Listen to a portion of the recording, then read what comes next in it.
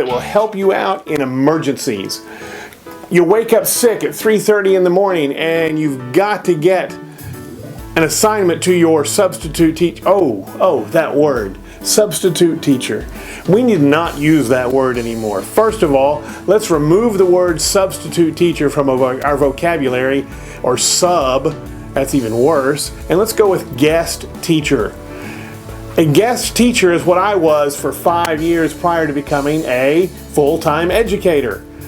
So I suggest moving to that term guest teacher, and if you can bring other people on board with it, go for it. Yeah, but when you get those golden guest teachers into your classroom, you know the ones who do exactly what you want and maybe even a little more, and they enrich the class, you want those guest teachers to come back. You want them to come back again and again every time they are needed.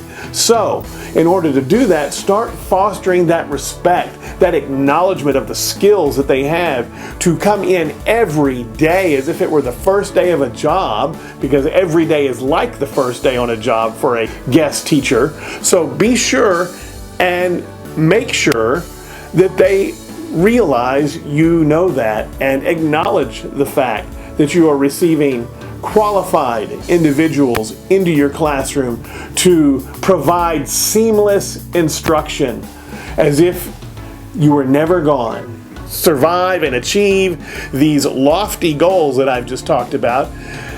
You first need to make sure they have a folder. That's making a guest teacher folder. So here's what you need in that folder to start with. You want your schedule displayed prominently. I have mine on the inside left-hand cover, so when they open it up, it's one of the first things they see is my schedule. Along with my schedule is lunch time and my class levels. In other words, I teach higher level classes and lower level classes. They know exactly what type of class they're going to have each period that they are teaching. They also know when the lunch is. Now sometimes for a guest teacher, lunch times will vary from campus to campus, and they need this information, and they need to be able to refer back to it readily when, if you are like me on a campus with multiple lunches, when that bell for the other lunches rings and all the students go, "That's our lunch bell, we need to go, that's our lunch bell, you need to let us go." All your guest teacher has to do is look at the schedule and go, no, I do not need to let you go, and I will not let you go. We have things to cover, and let's get to it. Number 2, rosters. Most of the rosters that a guest teacher will receive have to go back to the attendance office before the end of the class period. This leaves them without a list of names. And without a list of names, they have absolutely no way, really, of identifying the students they're talking to. Leave them a roster for each class period. Now on my rosters, I like to highlight the go-to kids. You know, the ones who will be able to help them if they need help. The ones who they can give the attendance roster to send to the office and know that the student will return. Also, in my folder, I leave them stickers for motivation. I encourage you to watch my video, 3 Tips for the Classroom, episode 3. You'll see exactly how the stickers are used. But this allows the guest teacher the ability to continue what you do and motivating your student to learn. Unfortunately, sometimes these are necessary. You need to include discipline passes or referrals, however your campus does this, so that the guest teacher has a way of taking care of any problems that might arise.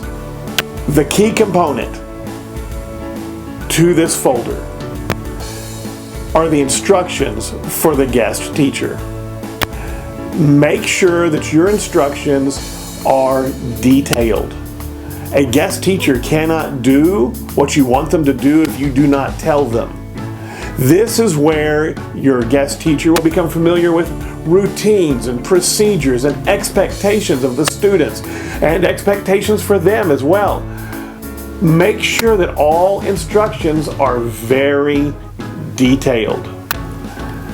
I also make sure to give copies of these special letters to the teachers immediately surrounding me in other classrooms and to the teachers on my content team.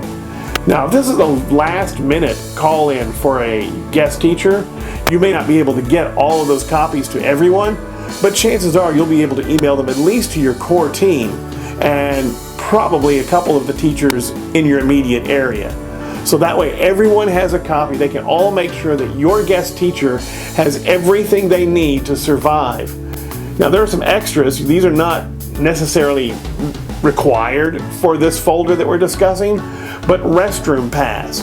While I personally do not allow my students to go to the restroom during class periods, but I do allow that decision to be left to the guest teacher.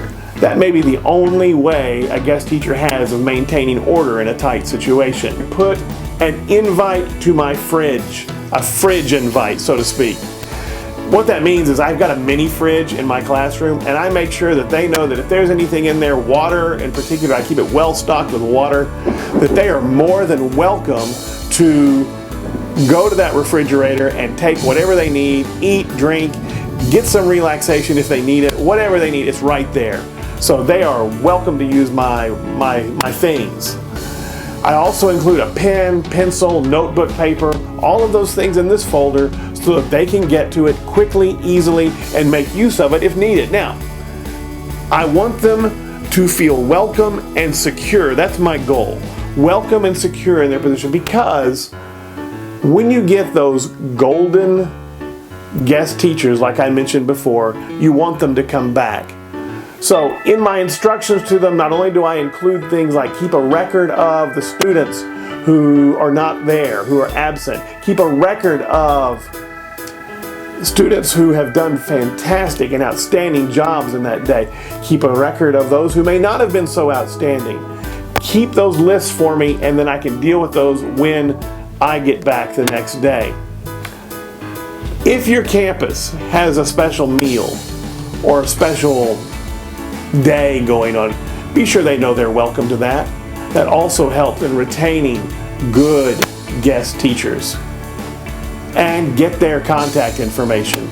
However your district does that, be sure you have their contact information so they can be invited back. That's it. That's what goes in the folder. We'll have some more discussion about guest teachers later, some more things that will help you make their stay in your classroom a better stay and a more successful stay. But for now, this is it. Remember, I enjoy learning with you, I enjoy teaching with you, and together we can take over the world.